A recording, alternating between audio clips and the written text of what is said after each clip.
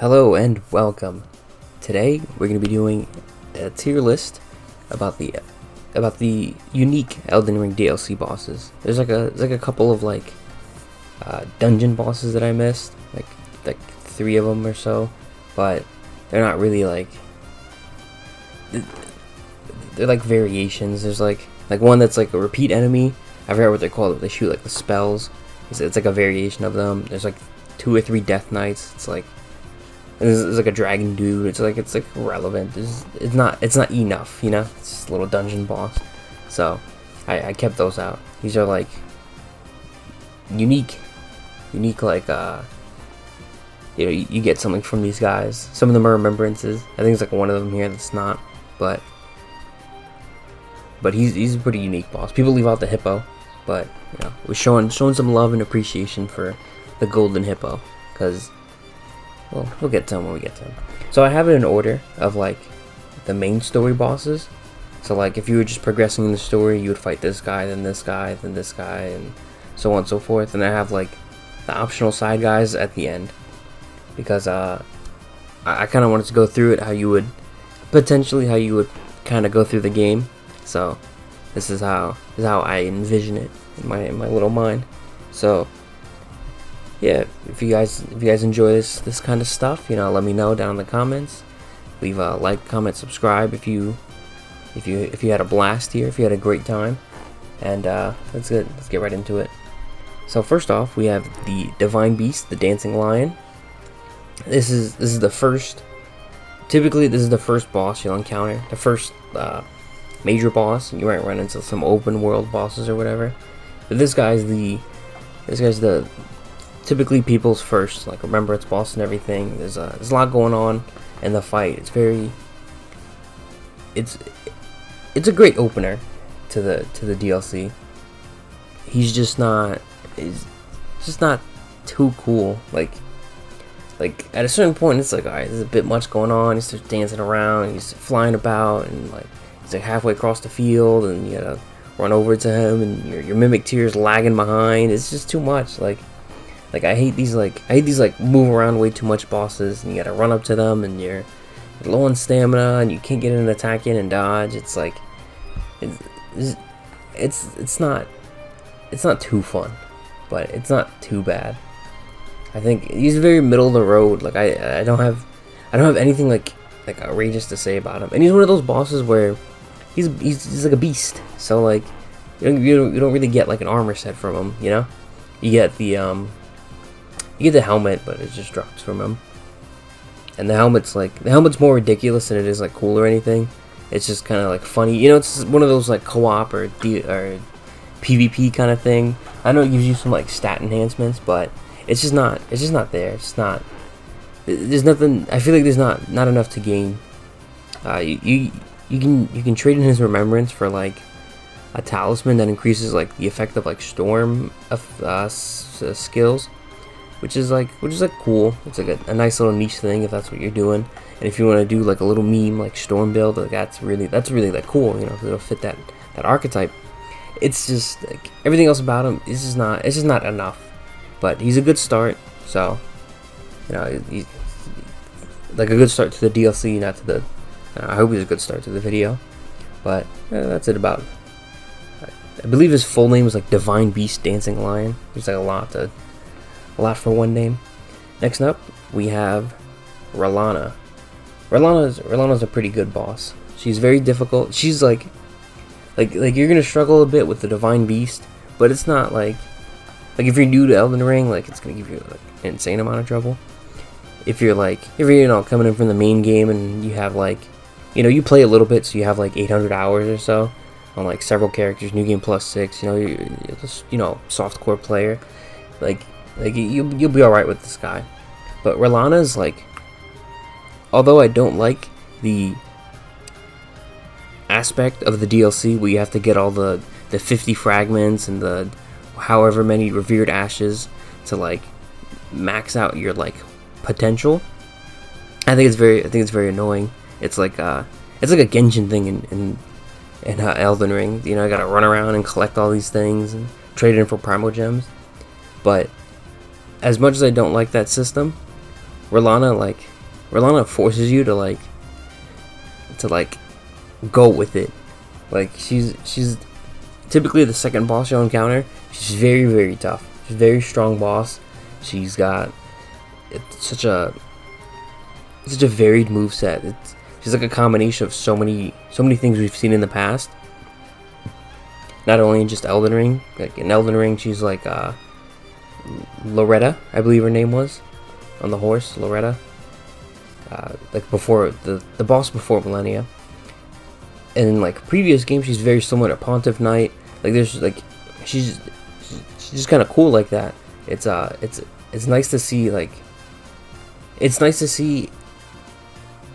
the a similar thing to the past, but like imagined for like a newer thing.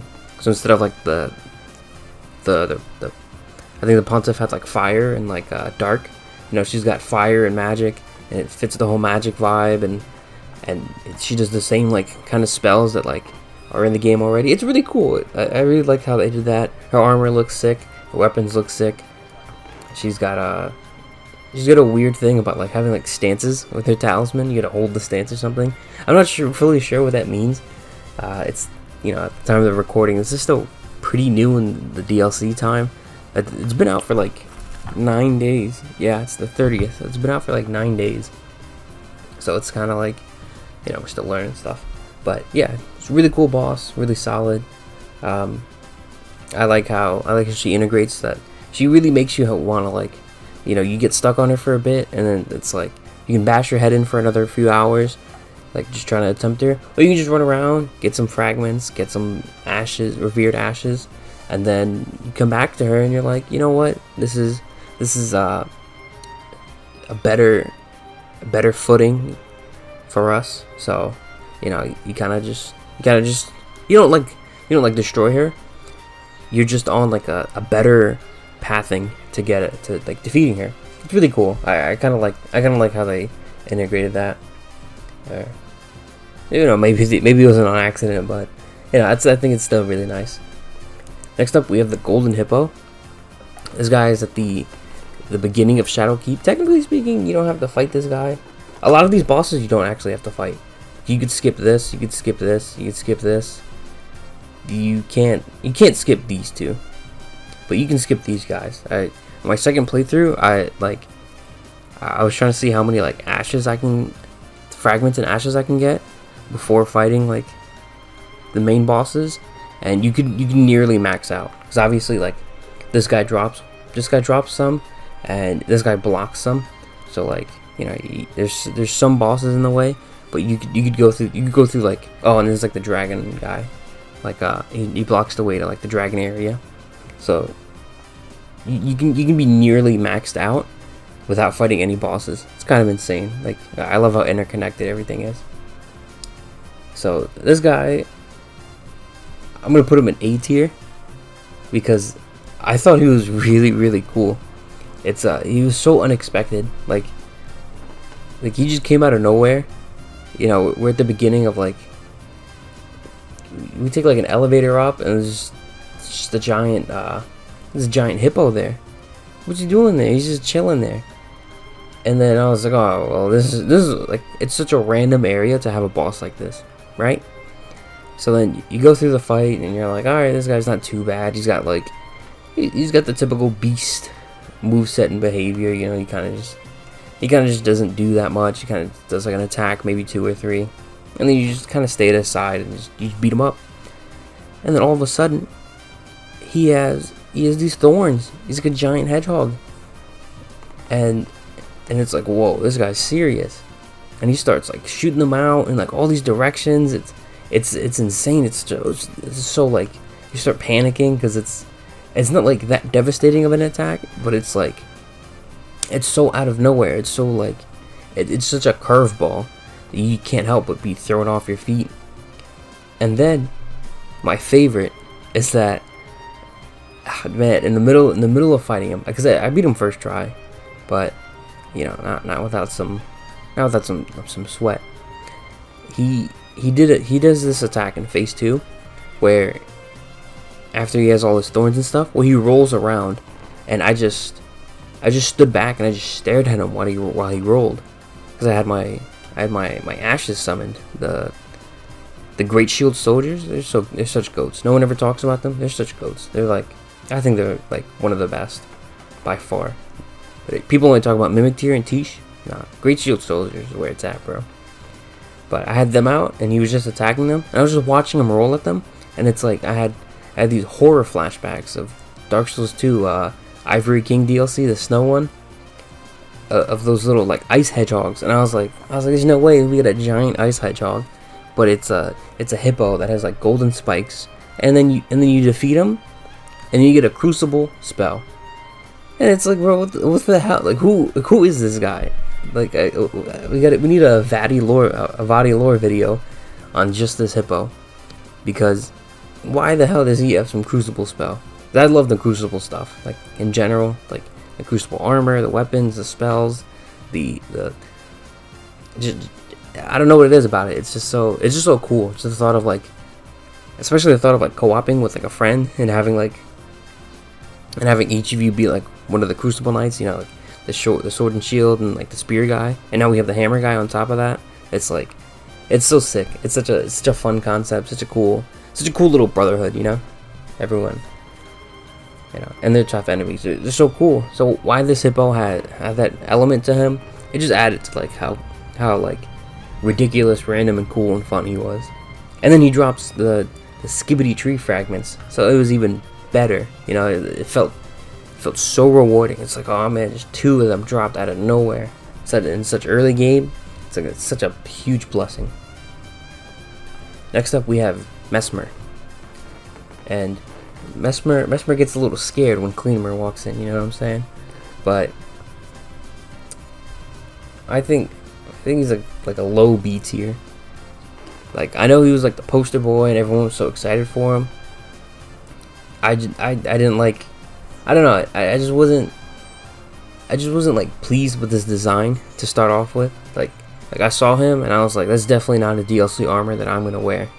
1000%. It's not my style. It's not my thing. And then you know, we get to him and he's not even like a crazy like far into it. He's not like a big deal. Like, yeah, he was like you know, he was a problem for what's his name, for Hornset, but you know, he was just kind of an obstacle in the way. He was kind of just like, oh, we gotta take this guy out to get this, and there's nothing else really about him. There's no like significant thing to him. There was no big, like, it just wasn't grand enough for how they like they portrayed him. Like, it almost seemed like the whole DLC was gonna be about him. He was gonna be like at the end, maybe like definitely not the final boss, but like one of like the end game bosses, one of the, maybe even like a crazy side boss like Millennia or something.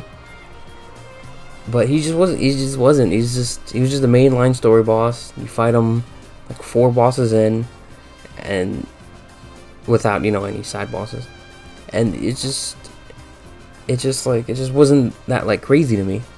And like, yeah, he had like a cool gimmick with like the spear and like throwing it, but that's like cool when you have it. It's not as like cool or interesting when he does it. It's just kind of like a boss doing boss things, just kind of like breaking like the rules of like the world, and just throwing a spear and just reimagining it back. And then the snake stuff was pretty cool. It came out of nowhere. Like, all these snakes are like important, like him and like this primordial snake thing. Like, maybe I just don't know enough about his lore, but the fight wasn't like as interesting. I kind of just like the snakes. I really like the snakes. The snakes are really cool, especially when at the start of like his fight, like the first cutscene, it's like the snake's like looking at you, and it's got like the Megamind meme, you know, like no bitches, you know. Other than that, it just wasn't that cool, you know. And we had all the snake moves in phase 2. He pulls out his eye. It's like, what is this guy doing? Like, it's like, it was just too. It just wasn't that fun, man. I just couldn't get into it that much. But I put him B tier because I really liked his weapon. Like, when you actually got his weapon, just charging up the attack and throwing it was just so fun. And like going through the DLC with that is just so cool. It's just an interesting aspect. I'm glad they added stuff like that into the DLC. And yeah, I really like the snakes, and the fight was okay. It wasn't as great as they made it seem like it was gonna be, which, you know, I expected, but, you know, still hurt a little bit, you know. All right, next up we have Romina, like the rosebud or something. I think she's the C tier boss. She was so late in the DLC. She's the last required boss before the final boss, and it's like she was just kind of thrown in there. Like she didn't fit the theme of the area or anything.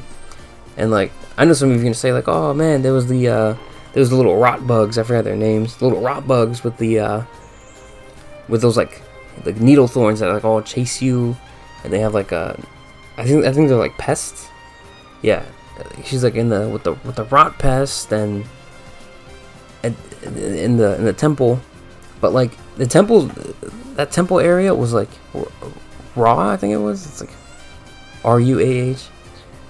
I forgot the exact name and pronunciation of it. But yeah, in that Aztec temple area, it was completely fine. And then it just feels like they just threw in some like rot stuff here and there, and some scorpions here, and the scorpions kind of fit, you know, scorpions in the temple. That makes sense. But like the rock guys, they were just thrown in there. It didn't fit.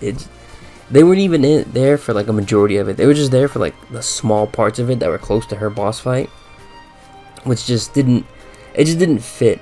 And then she's such an underwhelming boss for that area. Like I like her weapon, and I like that's it. But like I think that Dane helps you. Dane pulls up as like the goat, you know, he starts flying in the air, throwing out kicks and punches. Super goated.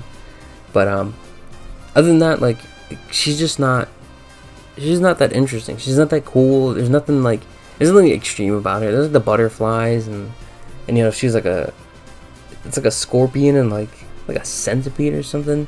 She starts like flying around like a fly. Like she's got like several like bug things going on, and it's like, bro, just pick one, maybe two, and just stick to that. But she's just got so much going on in her design for it to not be interesting or cool. And I guess it is interesting because it's kind of unique, but it's not unique in a good way. It's unique in a bad way. Her fight's not that cool. You're like sticking between her two tails. It's such a weird place to be in. She just kind of moves around. It's not that fun. But you do get a cool weapon from it, and that's something that, you know, that's something that I gotta take to heart. You know, that rot spear is actually really cool. It's got a sick weapon art, skill, whatever. It's cool for that. That's why she's not completely terrible. Next up, we have Promised Consort Radahn, and I gotta put him in F tier, man. It's such a this boss was such a letdown. Like I was not spoiled in the slightest, but I had a feeling that Radahn was gonna come back, because they were like, we gotta kill Moog to access the DLC. And it's like, alright, that makes sense. You know, he's got the body of Miquella. There's nothing going on. And then they were like, you gotta kill Radahn too. It's like, Radahn? Why Radahn? And it's like, you know, once I heard that, then I had a feeling like, alright, he's gonna be relevant in some way. He might come back. He might be a major story element. People were speculating he was gonna like help us fight or something. I didn't see that. I didn't envision that happening. It just wasn't a thought in my head. Like I couldn't imagine like fighting alongside him. It just seems strange. But you know, we knew he was gonna come back in some way, shape, or form. We knew he was gonna be relevant. But for him to be the final boss was just such a letdown. It's so boring. It's so like he pulls up with like the same armor but cleaner, and like, you know, like a younger version of it. He pulls up with that, and then he pulls up with the same weapons. They're just different moves because of Miquella. And like it's like, bro, like like we fought this boss, and now we gotta fight him again. And he wasn't even like that important in the main game. Like he was technically a boss you could skip. Like you know, the Great Rune bosses are important, but you only need 2 of them. And you know, he's worth skipping. He's in Caelid, you know. No one wants to be in Caelid. Best things to do in Caelid, leave, you know. So you know, you reach the end of the game, you reach the end of the DLC, and you see this guy again, and it's like all right, well, we're already here. I've already paid my like $90 for the DLC version, which wasn't actually like a DLC version. It was just a disc, and they give you a code to download the DLC, which was like, bro, what is this? Like, this shit just, why isn't it on the disc? It's such a weird thing. I read the thing; it expires in like 2040 something or 2030 something. What am I gonna do in the future when I pass it down to my kids? And they're not gonna be able to play it. The code's expired. I paid that extra money for nothing. Other than that, so you fight this guy. You reach this guy. You fight him, and his phase one's actually like not that bad. His phase one's actually it's like a pretty like standard boss. He's got some moves that are kind of like BS. Like he's a little too like fast with too much range for his size and his strength. Like it's all like a bit too much, but it's like manageable. It's like fine, whatever, you know. It's like some of his moves just come out a little too quick, and you reach like the first third of his health bar, and you know, a cutscene drops, and then Miquella pulls up, and they're gay, and it's like, well, this came out of nowhere. And then, you know, because they're like half brothers, so it's like random. And then all of a sudden he's like God. He's got this insane moveset and insane enhancements to his moveset with some new moves that are also insane. He starts going so fast, and it's like, dude, let's take it easy. Like, and it's unrelenting. He just keeps going. He has like 8-hit combos. His first phase has like 8-hit combos. I'm stretching it. His first phase has like 4 or 5 hit combos, and then in phase 2 he keeps those same moves, you know, as most bosses usually do. But you know, the additions to it are the Pillars of Light, and it's just way too much. It's like you're dodging the attack, you're dodging the after like waves of the attack, and then you're dodging the next attack in the combo, and then those after waves, and it's like it's all got to be a little too perfect. Like, it just wasn't fun. And I think with like, even though he was so difficult, I wouldn't have minded that level of difficulty with a brand new boss, because it adds to it. It's so frustrating struggling on a boss for a second time in the same playthrough. Like, it's so like just mind-boggling. Like I don't want to relearn Radahn because he's like young and like enhanced by Miquella. It's so lazy. It's so boring. And whether you think it should have been Godwin or not, like, there's no Godwin in this DLC. There's like mention of him in like, I think it was like the Death Knight armor, like something related to the Death Knights. There's like mention of Godwin. Other than that, there's no Godwin, and it's disappointing, because like they said they were only gonna make one DLC.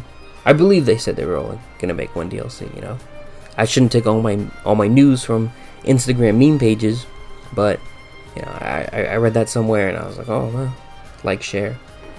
And if they are just gonna make just this one, like, we got no Godwin, we got no Melina, like no additional like lore or mention, or even just a postcard of them saying hello from the beach in like Hawaii. Nothing from them.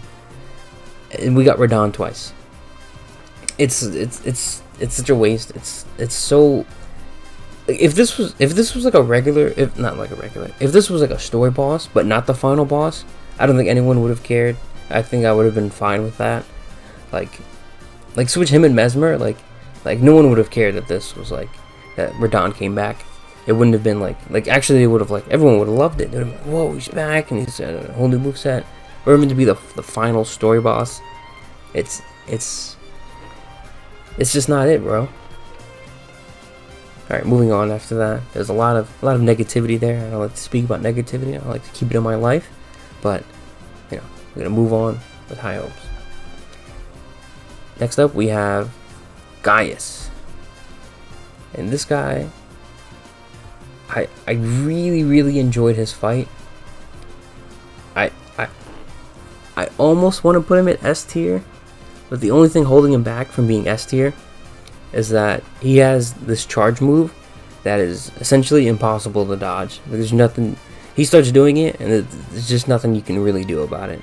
It's if they fix it, I think he's an S tier boss. He's really cool, really unique. He's got some interesting aspects that we're gonna go into, but you know, since they didn't fix that, maybe they will in the future. I'm gonna put him at A tier. Now, what makes him cool and interesting is that he's riding a boar. Like that's like, he's just on a boar. Like, you know, usually we fight people on like horses or something. This guy's on a boar with, like, you know, these giant tusks, and he's got this really cool lance, and he's got some interesting moves. You know, he has this like little hit combos. He swipes you. You know, he's like a regular horseback enemy. You know, it's just like, alright, whatever. You know, he's not too crazy. But then you hit phase 2 and he starts doing gravity magic. And it's like, whoa! It's like the ball game changes. He starts doing some like really cool attacks. He's got interesting aspects to him because of that. It's so like you don't really see gravity magic as much. And then you beat him. You start reading his armor.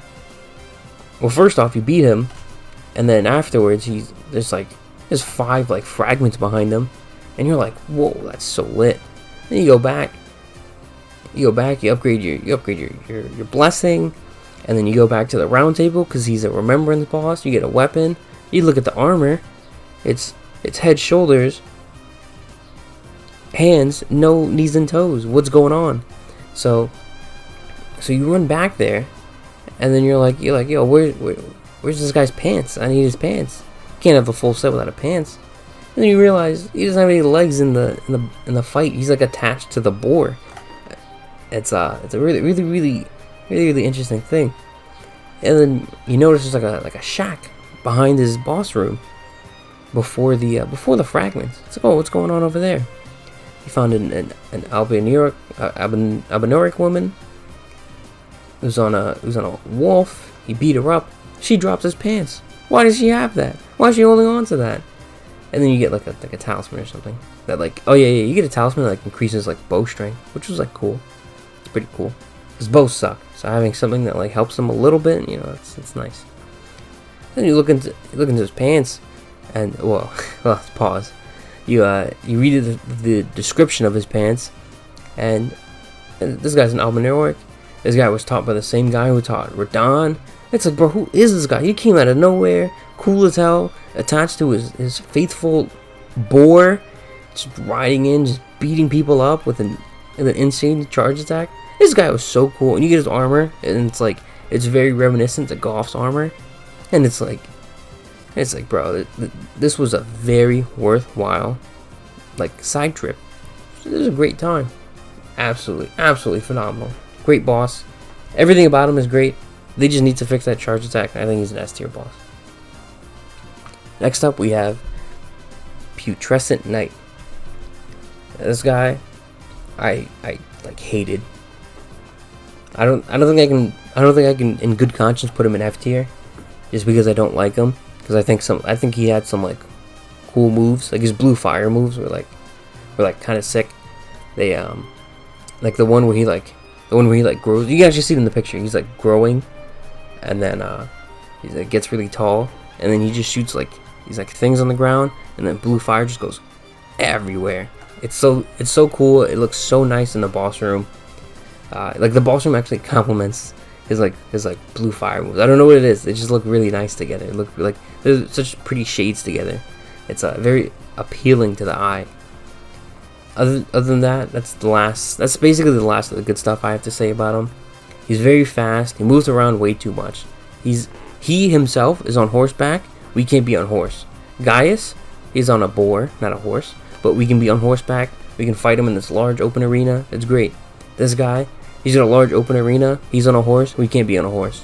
Why? What's the purpose? Like, why even have that? It's so foolish. Like, it's like Elden Beast all over again, you know? It's like why can't we catch up to him? Why are we limited to the horse, but he isn't? It's limited to not using it, but he isn't. It's such an unfair dynamic. It's like, and then he gets these crazy moves, and the horse, you know, usually the horses, they kind of like attack with the rider, you know, like the I almost said the dragon rider, the tree sentinels and draconic tree sentinels. You know, like the horse will, like, if the horse doesn't attack, it's like their attack. If it does like the stomp or the breeze fire, it's like that's what they're doing. And maybe the tree sentinel will follow it up as part of a combo. It's like, alright, that makes sense. This guy has an attack where he is a big threat, and his horse is also a, like, not equally big threat, but he could be like a very big threat if you get like comboed into like both of the attacks and you just die. But he has an attack where they're both attacking you from different angles, and he's very fast. He's got a lot of, well, he's very fast because of the horse, but even off the horse he's pretty quick actually. And he's got pretty crazy range. Like there's a lot of times where like I wouldn't expect him to hit me, and then he would somehow graze me. Like he would like stretch out and reach for me, like Jordan in Space Jam. Like he would just reach for me as like with all of his ability. And then he's so fast. Not only like his attacking speed, but because of the horse. Like he runs at you, and you're like, man, I thought I had enough time to heal, but I don't. This is terrible. He's coming at me at like the speed of light, like 500 horsepower, because it's not a real horse, so I can say that because it might be. And it's over. It's like his big ass, like fake Orphan of Kos like weapon. Like he's like off-brand Orphan of Kos. It's like Orphan of Kos if like the parents were like cowboys or something. But yeah, it feels like too much because we couldn't have the horse. If we could have the horse, it'd feel like such an evenly matched battle. Like, you know, he can get away fast, we can get away fast, we can rush in fast, he can rush in fast. It'd be such on like we'd be on like perfectly equal footing, and it would just be all right. Like I couldn't, but you know that's not the case. So you know it's just not it. Now these next side bosses are where things really pick up. So starting off with the Scadutree Avatar, S tier boss. This boss is phenomenal. The arena for this boss is absolutely gorgeous. One of the best looking arenas in the DLC, maybe even the whole game. And you know, this boss certainly fits the arena. That's 1000% for sure. So you walk in, and there's like this tree in the middle.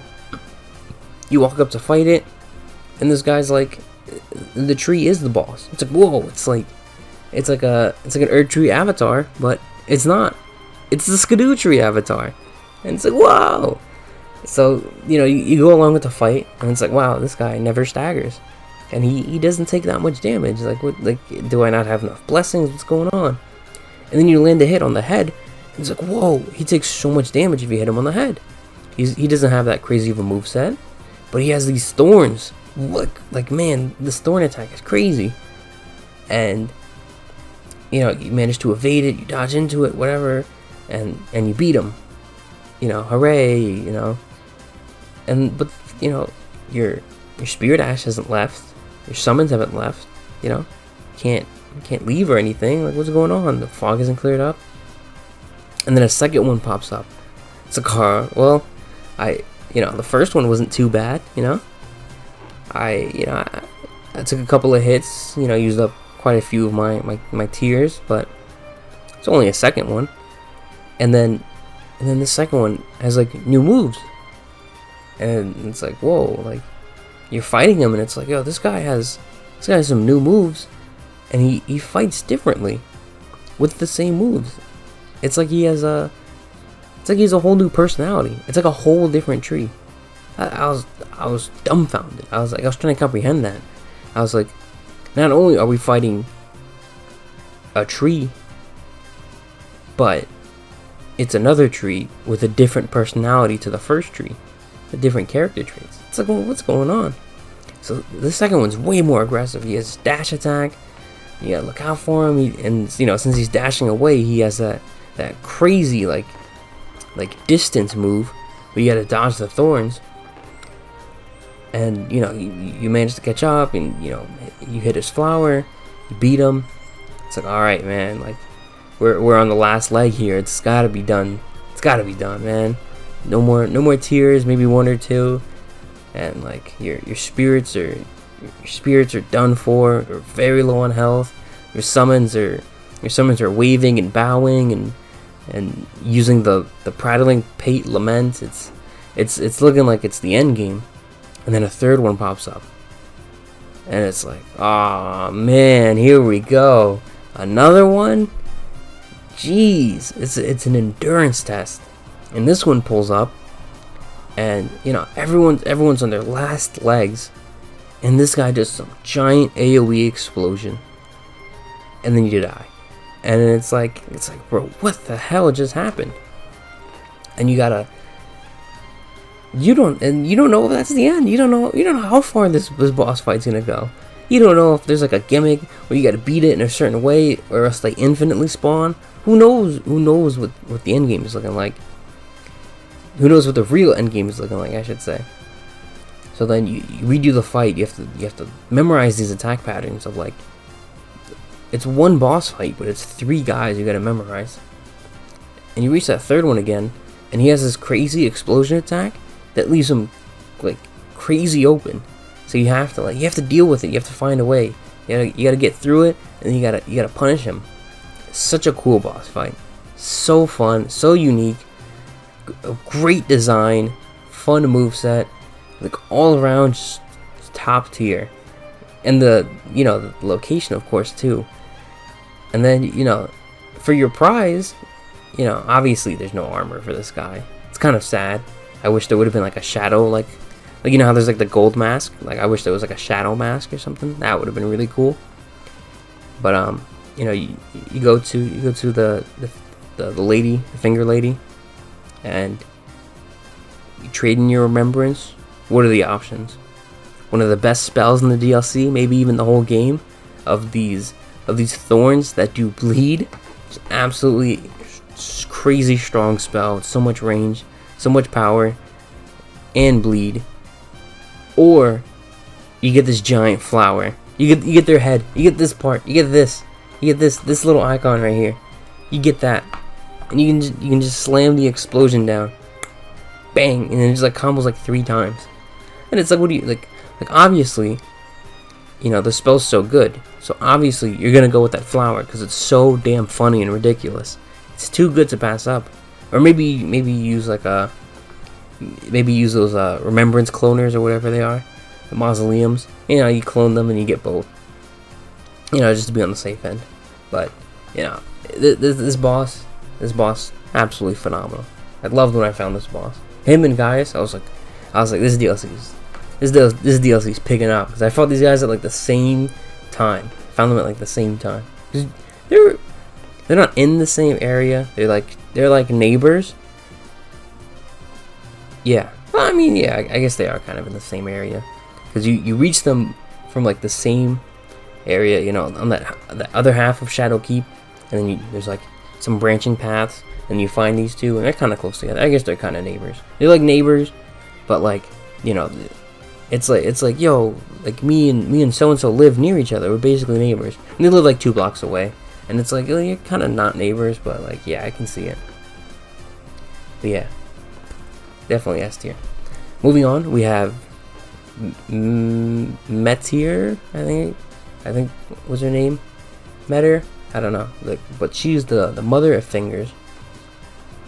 And there's nothing really special about this boss. I'll put her at the top of C tier, because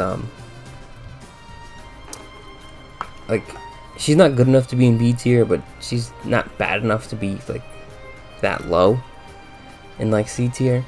There's nothing like cool about her. Like you pull up, there's a bunch of hands and fingers all around her, and it's like, yeah, I kind of guess this is what the mother of like the finger beast creatures or whatever they are. It's kind of like what I would expect the mother of them to look like. So I guess it makes sense. Like I guess, but it looks kind of strange. It's not winning any awards or anything. It's got a pretty annoying gimmick of summoning like little hand helpers. Like, she doesn't do that often though. Like, I fought her several times. Like, it took me a couple of tries to beat her, and I fought her on both my runs. And like, I think I saw her do it like once, maybe twice. I can't bet my life on the second one, but I can assure you, like, I've definitely seen it once. Or maybe I'm crazy and she never did that. But I'm pretty damn sure she tried to summon something. She like spits it out of like her mouth. But she doesn't have like she doesn't have anything interesting about it. There's no cool moveset, there's no cool design. She's in a cool location, but there's nothing particularly interesting about her. The actual interesting stuff is Ymir and Yolan. Like, they're actually like kind of interesting. Like who are these people? What are they doing? Why is Yolan so cool? Why is she so edgy? Why is she dressed like Yurt? Like, there's so much going on. Why is Ymir know so much? Why does he want to be a mom? Like, they were the more interesting part. The boss itself, there's all that build up, and you know, the boss just wasn't enough. I don't know where it was lacking. I can't really say. But the moves and the feeling after beating her, it just didn't feel like enough for something as grand as the mother of all fingers. It really just was not enough. And I was also very disappointed that like the Finger Slayer blade just didn't it just didn't like pop up. It just didn't like we have that. Why couldn't, you know, why can't we just throw it at her and just call it a night? You know, that's instant win. Why didn't anyone say anything about it? Why didn't you be like, hey man, like, keep that away from us? Like, we don't like that kind of stuff around here. But I don't know, it just feels like a waste. It just feels like it wasn't enough for something as big as the fingers were in the game. For, you know, the 2 fingers in the ending, the 3 fingers for the chaos.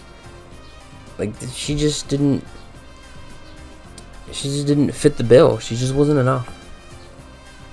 I really don't know what to say. Like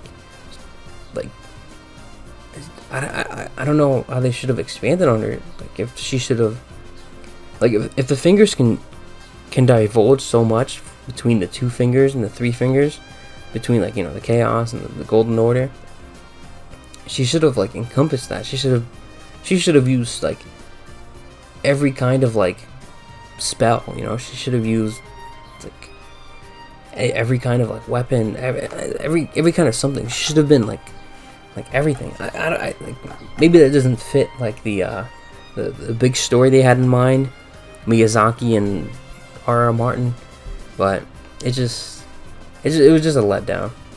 It just wasn't enough. Next up, we got big dog. We got Midra. Midra is the spoilers for Bayle. Midra is the best boss in the DLC. By far, my favorite, funnest fight. Like, such a fun fight, such a fair fight, such cool movesets. He does like madness, but it's not like broken or crazy or annoying. It's like, if you get procced with madness in this fight, it's all your fault, completely your fault. You should have went in there prepared. Like, I mean, if it's if it's the first attempt and it's like, oh man, he does madness, it's out of nowhere, then it's like, yeah, you know, shit happens. But every attempt after that, if you get struck with madness, it's like, bro, you know he does madness. You could have increased your focus, and you could have dealt with that, but no, it's on you.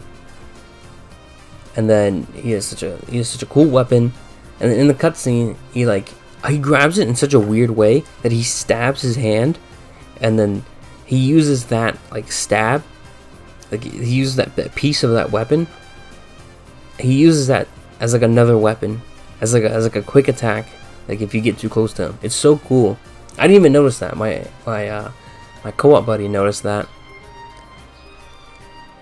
He also does this at the start of like his second phase, third phase if you want to get technical. At the start of his second phase, he does like a Scarlet Aeonia attack with madness fire, and it is one of the most gorgeous looking things in the entire game. Because you know, the whole screen is just full of yellow fire, and you're in like not really like a small room. Like I don't mean small room as in like a small boss room, as in there's not enough space. I just mean like a small room because, you know, we're in a manor and there's only so much, you know, there's only so much you can do, so much you can go. But this whole room becomes engulfed in the flames.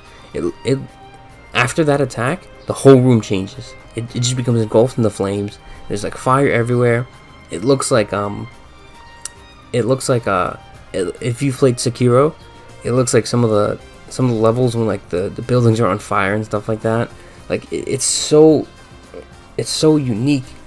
I've never seen just the whole room just change because of the boss's attack.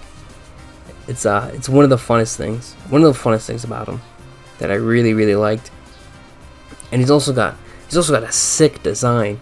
He's got the, you know, the Frenzied flame head. He's got the yellow robes, and it's, man, I really wish we could have gotten his like an armor similar to what he wore, you know, like the yellow robes and everything, and a Frenzied flame like helmet.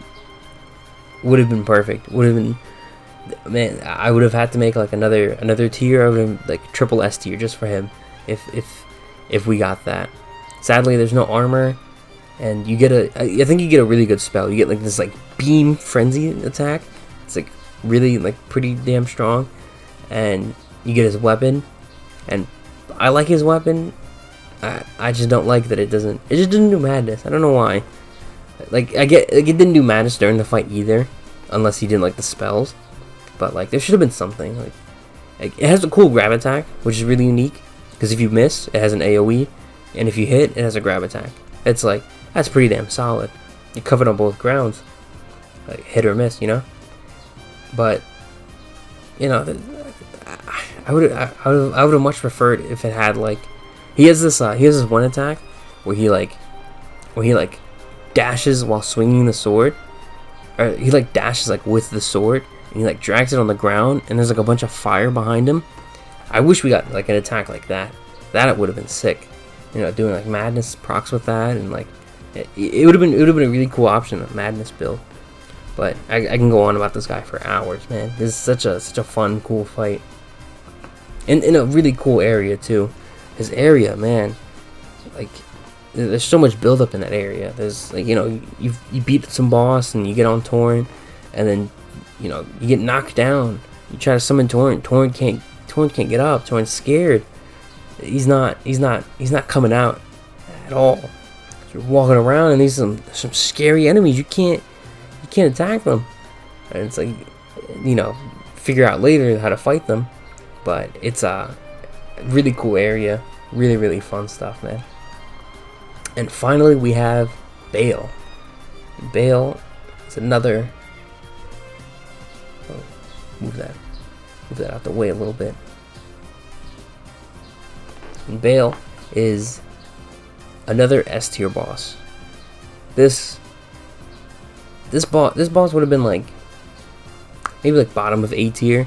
Like in reality, he kind of fights like Midir, and like I don't mind that. I kind of like Midir in the fight.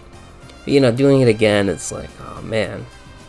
But there's a lot of interesting bits about Bayle. You go into this fight, he's like missing limbs, he looks beat up. It's like he has one leg, and it's like, what the hell happened to this guy? And then you find out he's like, you talk to the Dragon Communion chick, it's like, yeah bro, he like fought with plastic dew sacks. It's like, whoa. Yeah, old boy Plasty's the GOAT. And this guy fought him and did damage to him, mained him, bro. Like, no way. And then as you're progressing through the area in this fight, progressing to fight him in his area, you know, you meet some guy and he's like yelling some gibberish. It's like, who is this guy? And you beat a dragon, he starts talking to you and still like some gibberish.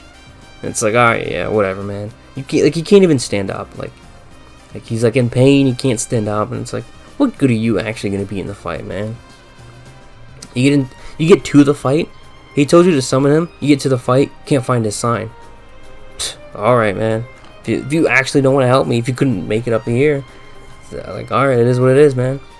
You go into the fight, his sign's in the fight. Why? I don't know, but his sign's in the fight. Alright, well, might as well summon him. Hornset was in the fight, he kind of helped out. He kind of drew aggro while I beat him up. And then you summon Egon, and you get the greatest piece of dialogue in the entire game is when Egon gets summoned in the middle of the Bayle fight and starts screaming at him. Like, I don't know why he yelled with so much passion. He's like, and he sounded like a sailor. He wasn't cursing. He just sounded like a sailor. And like, you can't even, like, the first time you can't even fight. You just gotta listen to him. He's shouting with hate, and you look over, he hasn't moved an inch. So why is he standing over there? And he pulls out a giant bow, and he just starts firing at Bayle. It's like, bro, who the hell is this guy? This guy was on the ground, couldn't move, complaining, writhing in pain, but he pulls up with so much vigor, at least 60, and he just starts going, man. He starts yelling his battle cry. It's intense. It's almost like he buffs like the whole party, like, and then he draws aggro. He's like firing these shots. He calls them harpoons. But I don't see him firing any harpoons. Maybe they were. I just wasn't paying attention. But and then if Bayle gets too close to him, he starts doing these like dragon spells. And it's like, bro, who the hell is this guy? He's not only is he goated, but he's goated with the sauce. He's so cool, and it's so unexpected because of how we see him. Like you wouldn't expect someone who is like, you wouldn't expect someone who's just who can't move, who can't do anything. He's like, yeah, yo, bro, summon me. Like, you wouldn't expect him to pull up with that kind of audacity and swagger. He's just like, man, there's nothing else like that in all of the Souls games. I can't recall anything that's even remotely close to that. And it made the Bayle fight so fun and cool. And then, you know, afterwards, of course, you get that guy's armor and stuff, and it's like, this guy's a legend. This guy's gonna be talked about for generations. When we're on like Elden Ring 3, like his armor, at least his bow, is gonna be in every game. Like he's too much, dude. Like you can like or hate whatever bosses, whatever NPCs. You can say like, oh man, all of the Mikola Sims, like they all actually hated each other when the thing broke off, and Leda still followed him for what, and this guy betrayed us. Like, you can like or hate whoever you want. Egon's the GOAT. Like, that man's in like everyone's heart. He's like cooler than like Solaire, Siegmeyer. He's cooler than Lucatiel. Like, he did so much less compared to them, but he just did so much more in terms of coolness, man. He's one of the greatest. And Bayle himself is like, he's a pretty damn intimidating dragon. Like, on top of having like such a cool like arch nemesis, it's such a cool fight, such great build up and payoff, and like, it's really fun. I feel like I didn't talk about Bayle like at all, you know, because you know Egon really did make him like without Egon, like this guy's like E tier. He's like a Medivh clone, but he kind of, but it's cool how he looks beat up and does like the fire lightning. He's like Natsu or something, but you know with Egon, this guy's high S tier. Well, I guess low S tier, but you know, low S tier is still like pretty damn good.